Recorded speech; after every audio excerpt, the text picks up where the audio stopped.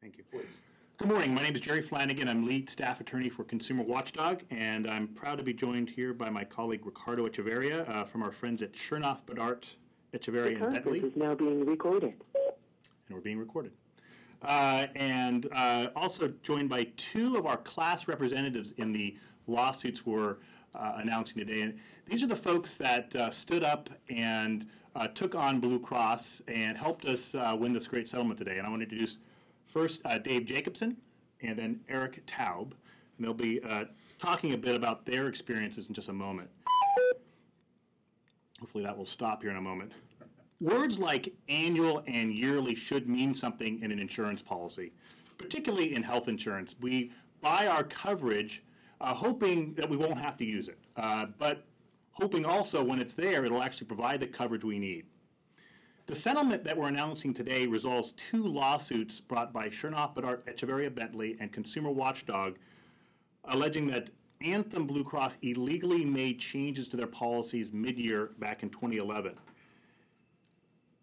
As you'll see in the details, back in 2011, halfway through the year, Blue Cross sent a letter to its policyholders saying those annual deductibles and yearly out-of-pocket limits, well, we're going to change them, but we're going to change them mid-year. So these are annual limits on what folks would have to pay that Blue Cross decided to change mid-year. Well, why does that matter? Well, it matters because when we shop for health insurance, we're not only thinking about the premium that we have to pay, but how much we're going to have to pay if, unfortunately, we get sick or need to use a doctor or a hospital. And consumers shop based on their calculation of premium versus out-of-pocket costs. Not only did Blue Cross tell folks, are we going to change those annual deductibles and yearly out-of-pocket limits, the essential terms of the contract, in the middle of the year, sort of a bait and switch where consumers bought based on one term and then were told something different only when they started to need the health care. But also Blue Cross told folks that we can now change, we, Blue Cross, can change any term or benefit of your policy on just 30 days notice. So you can imagine if you're that consumer that gets the letter hoping that your health insurance will be there when you need it, only to find out now not only are the costs going up, but the coverage you may need, hopefully you won't, but if you may need it, may not be there when you get sick. Benefits and coverage may drop away. Well, the great news is that all Californians enrolled in individual policies in California, both the Obamacare policies and the grandfathered policies, any of them, will have the protection of this lawsuit and the settlement, which bars Anthem from making a mid-year change to any of the financial terms of the contract. So when you buy a policy, now you have the peace of mind of knowing what you pay for will be there when you need it. In addition, Anthem will reimburse approximately 50,000 Californians who were impacted financially by the mid-year changes, approximately $8.3 million. So under the settlement, in addition to promising not to make mid-year changes again, also Blue Cross will refund $8.3 million to 50,000 California consumers who were affected by the out-of-pocket losses in 2011. These are folks who had to pay more because of the changes. You'll hear from Dave Jacobson in a minute. He had a deductible. He met it. And then just as he met it, Blue Cross said, well, actually, we're increasing your deductible. And what that means is that folks actually have to pay more out of pocket before Blue Cross pays anything. And that's why a deductible is really critical here. It's the point at which Blue Cross starts paying for your coverage. Also, we're very proud to announce that consumers don't have to do anything to get this check. There's no claims process required. There will be a check sent in early December to folks that were financially impacted by the settlement. And there'll be nothing more that folks have to do. The average settlement amount is $167. So on average, consumers will receive $167. One lucky settlement member, and don't ask me who it is because I don't know the person's name, will receive a $19,000 check in December because that person probably, unfortunately, had a lot out-of-pocket costs and was in the hospital. Again, we don't know their identity. We know them by only through the discovery process. And I just will finish by saying that, you know, Anthem should be commended for listening to heartfelt concerns of its consumers, and that this settlement gives folks like Dave Jacobson, Eric Taub, and now millions of other Californians the peace of mind of knowing that what they buy in the beginning of the year at a certain price from Anthem will be there when they need it. That unfortunately they have to go to the doctor, or a loved one has to go to the doctor. They know that the benefits will be there and the prices will be fixed. At that point, I want to turn over to my friend Ricardo Echeverria of the firm Shernock Bedard Echeverria Bentley, the firm that had one of the 2 lawsuits that make up this settlement. Good morning. It's good to be here. I want to reiterate one of the things that Jerry said about the product of insurance. If you think about it, insurance is probably the most unique product that you will ever buy. It's the only product that you spend good money for that you hope that you never have to use. And for example, you don't buy homeowners insurance hoping that your home burns down, and you don't buy health insurance hoping that you get sick. The reason you buy it is for peace of mind, so that if you get sick, you have the resources of that insurance policy and that insurance company to take care of your medical bills. And there's probably not a more important product of insurance than health insurance. I mean, it's our livelihood, it's our health that we're talking about. And when you look at this settlement, it is such a no-brainer, and it makes sense on a legal level and a common sense level. When they issue a policy at the beginning of the year and it has terms, you as a consumer ought to be able to rely on those terms. And the idea that an insurance company can change those terms unilaterally without giving you notice during the contract is ludicrous. So what this settlement does is it holds the insurance company accountable to the terms that they promised. And it lets the consumers know that when they look to that contract for benefits, that they can rely on the terms that they were given at the beginning. So really, it's as simple as when you enter into that contract, it's a deal. And all this settlement does is it keeps that deal a deal and doesn't let them unilaterally make those changes. So thank you very much. Before you get to the 2 individuals, can I just ask a, Sure. I mean, did Blue Cross think they can just pull the wool over people's eyes? I mean, obviously they knew this was illegal. Well, they gave themselves the right to do it. Why? But the point is, they shouldn't be able to have that right, especially when the title of the product is the $1,500 deductible plan, and then they send you a letter saying, by the way, your deductible is now $1,750. So it makes no sense that they were allowed to do it, and this settlement will prevent them from doing it for the future as well. And it's not just financial benefits, it's also any term. And if they want to change it, they can do so at the end by giving proper notice so a consumer knows that they can shop elsewhere if they don't like what they're getting. Because there was no jurisdiction, I mean, there was no watchdog over this other than you folks Right. to keep them from doing this? I mean, the government just turned their nose and said, fine, go ahead and do it. Well, sometimes it takes lawsuits like this to create change, and that's what it did, both with the work we did and with ConsumerWatchdog, but we were able to hold them accountable, but that's what it took. Anybody else do this? Well, not that we know of, but Blue Cross for sure, and that's what we've accomplished. You heard their stories? Could introduce Dave Jacobson. Hi, Sorry. my name is Dave Jacobson, and as Jerry mentioned, I had my deductible increased after I had already met the deductible. It's as if Anthem Blue Cross changed the rules of the game in the middle of the game. I had already reached the goal line when they then moved it back on me. So a little history.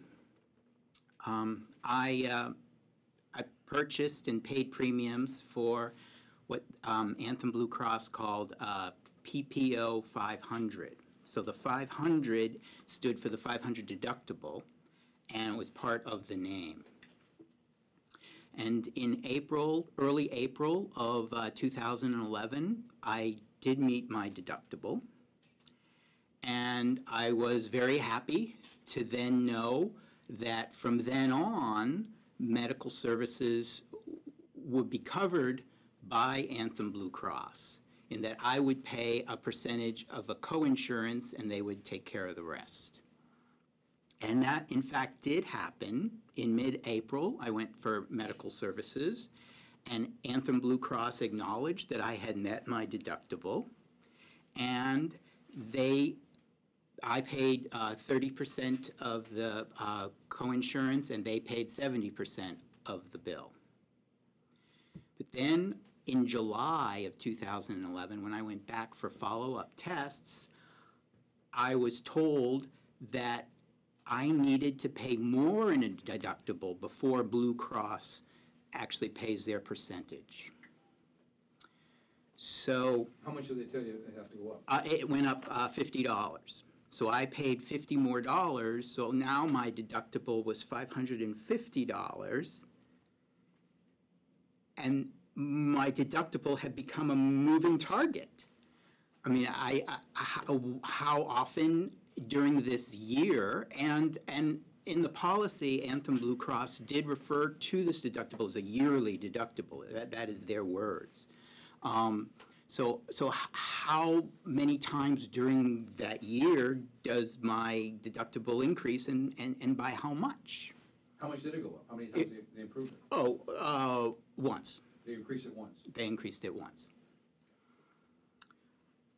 So then what, so you said I'm gonna call a lawyer or what? Well, I actually went online, and I did research, and I found that there was a press release by Dave Jones, the insurance commissioner, that said that they were planning on doing this, but that they would wait to increase the deductible till in January, to the beginning of the next year, which makes sense to me. But when I contacted Anthem Blue Cross, they said that they didn't know of that press release. I contacted the Department of Insurance, and they then referred me to the California Department of Managed Healthcare, which had oversight over my policy. And they informed me I needed to file a grievance with Anthem Blue Cross, which I did. And Anthem Blue Cross came back and said that I didn't have a stand. And the Department of Managed Care then accepted my application. But then they said that they contacted Anthem Blue Cross, and that I had no basis to be insisting on premium, a deductible for the year-long period. So even though it was just $50, it ticked you off? Well, sure. I signed up for a $500 a year deductible, and I paid high premiums. How much? To get that. In 2011, it was $925 a month for a single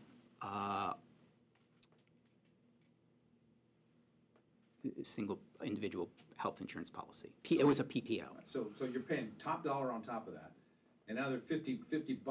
Instead of diming you to death, it's $50 you to death. Right. And I felt bad for the hospital, because the hospital kept sending me bills, and they were so good to me. So I just paid it to the hospital. Thank you. So I'm going to introduce Eric Taub in just a moment. I just want to clarify a point that Dave raised, that the confusion at that time is that, pardon me, in California, and this goes to your point, in California there are two licensed entities of Blue Cross. There's one regulated by the Department of Managed Healthcare and one regulated by the Department of Insurance. And back in 2011, when Blue Cross announced that they were going to make these changes, Insurance Commissioner Dave Jones got his license company to stop the mid-year increases and wait to January. The Department of Managed Healthcare, which is appointed by the governor, the director there, did not. And so consumers were really confused, because some of the Anthem plans, depending on which government regulator was regulating your plan, there was a different outcome, which was very frustrating for folks. And, for us, and I know Eric will touch on this, is that this was really an important shot over the bow, because the companies when the Chernoff firm filed their suit in early May, they did so prior to the change actually going into effect, to let Blue Cross know that we were watching. But just to be clear, in the document where they announced these changes, they reserved the right, meaning Anthem reserved the right to themselves to change any term of the policy on a 30-day notice. So do you think that if, the Chernoff firm had not filed that suit originally, and the ConsumerWatchdog firm case was filed a little later, that Anthem or the other companies would have not made other changes? Of course they had, and that's what they're planning. And that's one of the powers of litigation. As much as we, hope that the companies will fix these problems themselves, they do have the effect of discouraging other bad behavior. Because normally in a lawsuit of this size, one side said, well, we settled, but there's no guilt, there's no wrongdoing. I mean, here they're saying, we got caught. Well, they're not. They're not. It's really important. Important in any settlement that the defendants never are admitting guilt or admitting that at that time, at least, the changes were illegal. So what are they admitting? Well, they're just saying we made those changes, and because we don't want to litigate this anymore with those ConsumerWatchdog and Chernoff and Echeverria folks, we're going to enter a settlement. But we're not. You'll see in the document itself, it's very clear they're not admitting liability. But they're paying $8 million. But they're paying $8 million and agreeing not doing it again. Never mind. Never, correct. Yeah. Now, you'll know, you asked the question whether this is illegal and how they got away with it. I mean, any consumer can tell you, look, if I'm in a contract, right, there's two parties, I got to do what I got to do, you got to do what you got to do. If you tell somebody, you have to pay my premium, and it's really high, and you can't choose not to pay me, but I can change any term of the contract and decide whether or not to give you the health care that you need, that's clearly not a valid contract. It's illegal. And I think that's what ultimately won the day for us. So I want to introduce Eric Taub, and then certainly happy to answer any questions. Eric, Any your more question was what? Taub, T-A-U-B as in brother, T as in Tom, Okay. T-A-U-B. T-A-U-B, yeah. I think many people who get health insurance through their employers don't really understand how expensive it is to get health insurance when you're self-employed. My wife and I are self-employed, and in 2011, we were paying $2,400 a month just for the premium. That's close to $30,000 a year, with a $1,500 per person deductible and a $70-30 copay. And then several months into that year, I get a notice from Blue Cross that says your so-called share 1,500 plan deductible is now $1,750. And the first thought that came to me was, that's like going into McDonald's and buying a quarter pounder and finding out it weighs 1 ounce. It doesn't make any sense. So I knew the good people at ConsumerWatchdog, and I called Jerry and his colleagues, and I said, something's amiss here. I mean, how can they change the terms of the contract? How can they move the goalposts in the middle of the game? And we had expected to pay a certain deductible, and then when you realize your deductible is going higher, well, then I think you tend not to go and get those medical services that you wanted to because you may not be able to afford them. So I'm very glad that ConsumerWatchdog thought that there was something amiss here and created a lawsuit, and we prevailed. How much money will you be getting back? Any idea? I don't know yet, no, I don't. So once they raised your deductible and you went to the watchdog, did they continue raising your deductible anymore? No, they just did it that one time. And how much did they go up? It went from $1,500 to $1,750 per person per year. $500. $250 each person, $500, that's right. Do you have any idea what the average check will be? Yeah, the average check is for $167. And like I said, we know that one lucky person will be getting a check for $19,000. $19,000? Correct. And unfortunately, I think this is a person, we don't know the identity. What did they do to him or her? Well, the only thing I can, again, we don't know the identity for privacy purposes, but we have seen the details of the analysis, and this is a person that unfortunately needed a lot of health care that year and had a lot of copays and deductibles, probably spent a good deal of time in the hospital. And of course, that's exactly the one time you don't want to have the changes made, right? And that's why I really have to, as consumer advocates, we're indebted to folks like Dave Jacobson and Eric Taub who come forward to stand up and represent classes. We can't bring these lawsuits unless folks come forward and go through the ordeal of working with us. And it's 4 years of litigation, so they worked hard with us to get this done, and they should we really appreciate their efforts.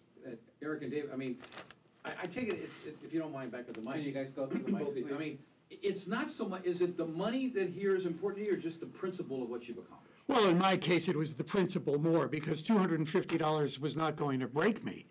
But the principle that you, as Jerry, said, you sign a contract and then the terms of the contract change in the middle of the contract makes no sense. And then we're the victims and we have no rights. So do you both stay with, Well, fortunately, I'm on Medicare now, so I'm benefiting a lot. so bye-bye insurance company? Well, I have secondary insurance with Blue Cross, yeah. How about you? I stayed with Anthem Blue Cross until the Affordable Health Care Act was put into existence, and then I went with that. Just one other point, if I may. It's 8.3 mil. Yeah.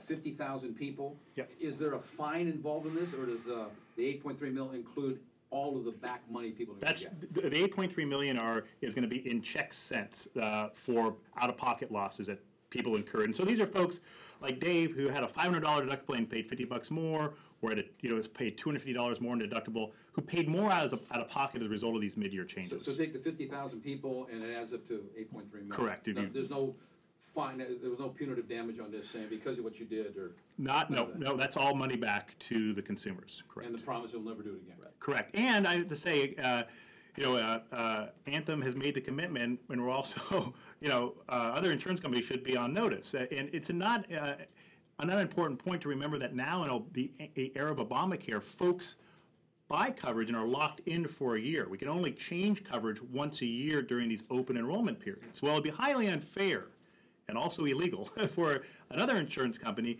to make mid-year changes to a policy when the consumer's locked in, right? You can't change policies. You couldn't shop around and say, well, I don't like those terms now. I'm going to go elsewhere. So this settlement now is important, more important even, given the context of health insurance and the fact that folks now have to pay a tax fine if they don't buy coverage.